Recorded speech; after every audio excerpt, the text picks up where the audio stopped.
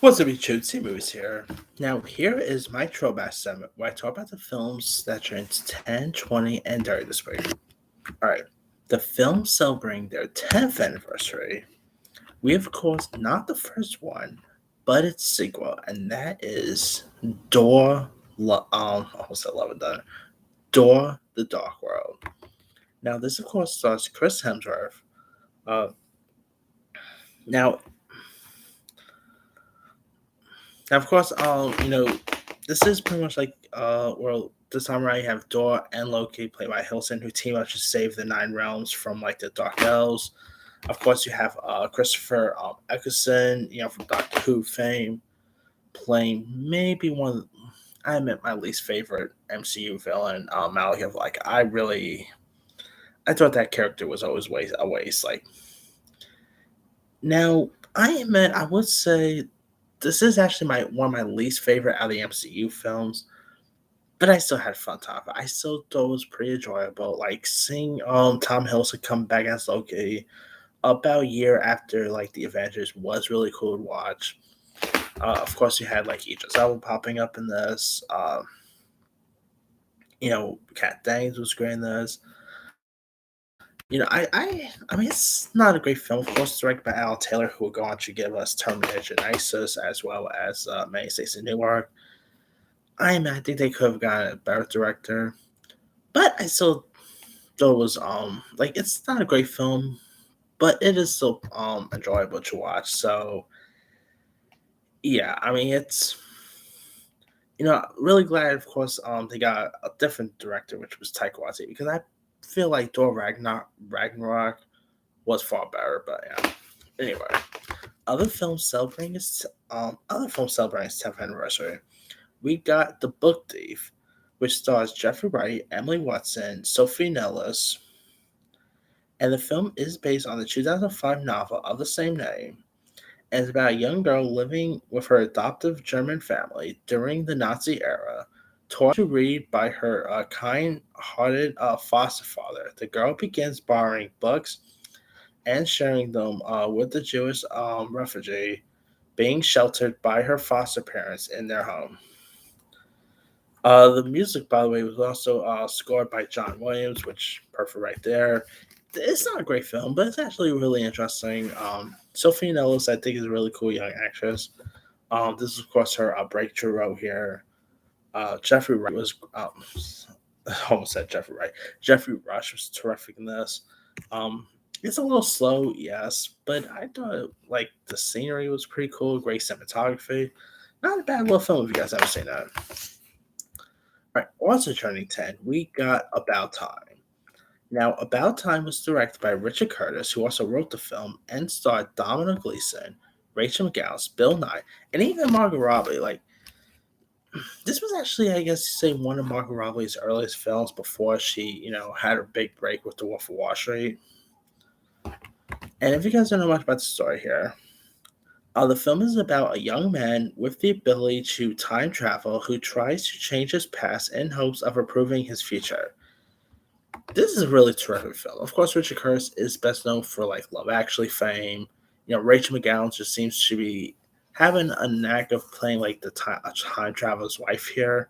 Of course, she was in the Time Traveler's Wife movie and now this. So, yeah, I don't know what's up with her with doing like time travel romance films, but cool.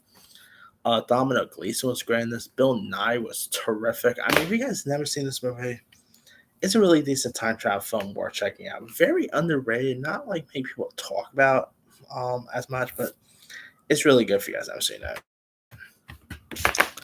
All right, now the films celebrating their 20th anniversary. First up, we got The Matrix Revolution. Now, of course, this was the third installment of the Matrix franchise because if you don't know, both Part 2 and 3 came out in the same year, which usually is unheard of. Like, can you imagine like like it's usually rare for two sequels to come out in the same year. But that's what Matrix Revolution and Reload both did. Which let's be for real, both films were not good. I did not mind the recent the Resurrection one we just had. I did not mind that one. I did thought that was a better Matrix movie since the original. That's not saying much, obviously. Now, plus here you got Keanu Reeves, reprising his role, reprising his role as Neo. And it's if you guys don't know much about the story here, it's where Neo, once again played by Keanu Reeves, mankind's greatest hope is trapped in the limbo world. Meanwhile, the majority of the planet's population remains in a state of suspended virtual reality. The few humans who are colonizing other grim realities of the world desperately try to hold off their mechanical enemies long enough for Neo to escape. And of course, you got Hugo Weaving as Agent Smith. And it's just not a good sequel at all. It's completely useless. It's boring at times too. I mean, nothing beats the original Matrix from 1999. So yeah, it is what it's there. Anyway, now maybe two great Christmas movies also turns 20 as well. One of which is arguably one of the greatest Christmas movies of all time, and that is 2003's Elf, starring Will Ferrell, directed by Jon Favreau, who will go on to direct, Iron Man. Who ever expect that the guy who directed Elf would be the one to start the MCU? Who would, and of course, the guy who also did like the Jungle Book, Mandalorian. I mean, talk about an interesting career Jon Favreau has had. But Elf is remarkable. I mean, definitely in my top 10 favorite Christmas movies of all time. Will Ferrell just plays Buddy the Elf just perfectly. The late great James Caan is great. My introduction to Peter Dinklage, by the way, he was terrific. It's like the scene where he ends up, pretty much beating up Will Ferrell's Buddy the Elf. Always cracks me up all the time. Zoe Deschanel was great in this.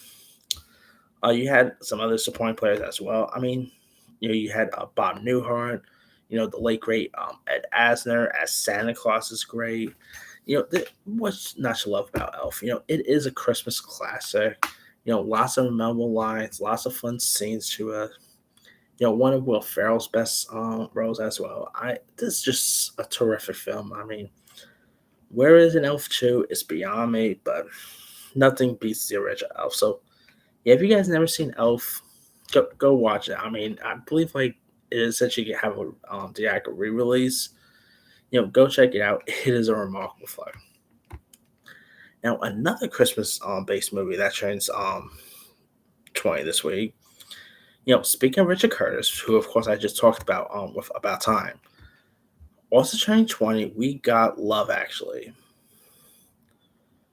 Now, it does delve into different aspects of love as shown through 10 stories involving a variety of individuals, many of whom are shown to be interlinked as the plot progressive.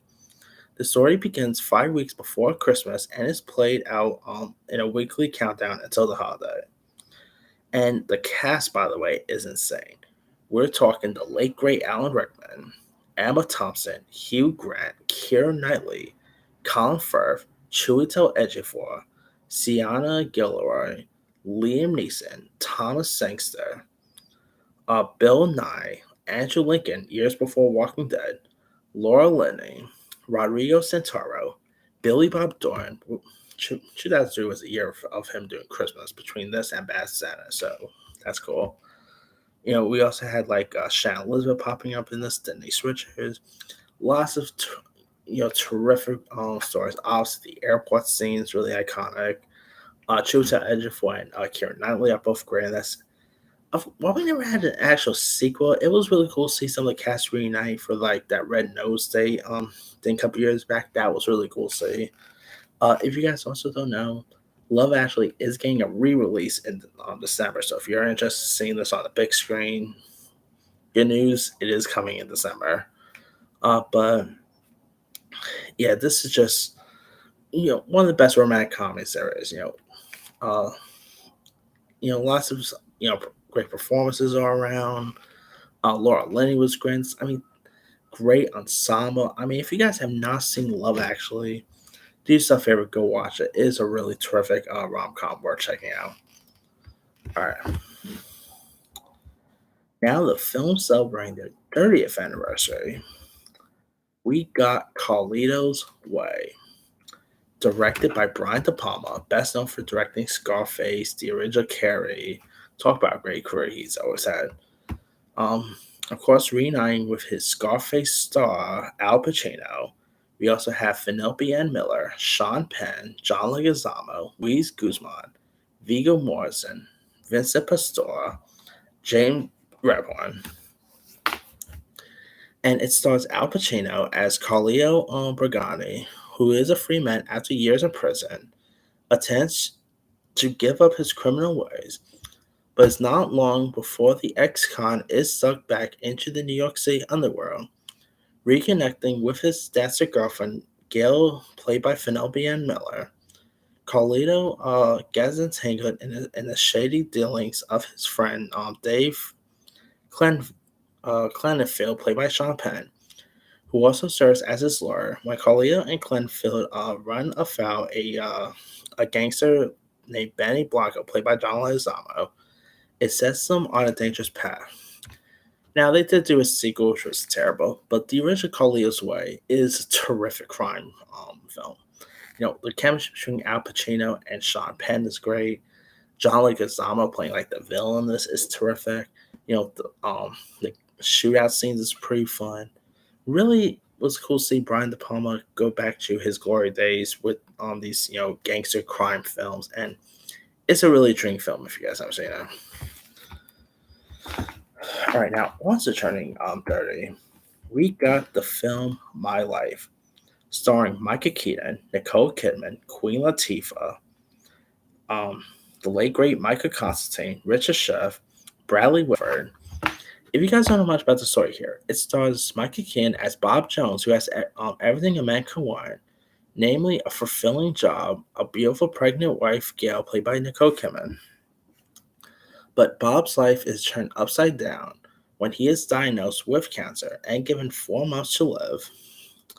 Not even enough time to see his first child's birth, to cleanse himself of demons in his remaining days.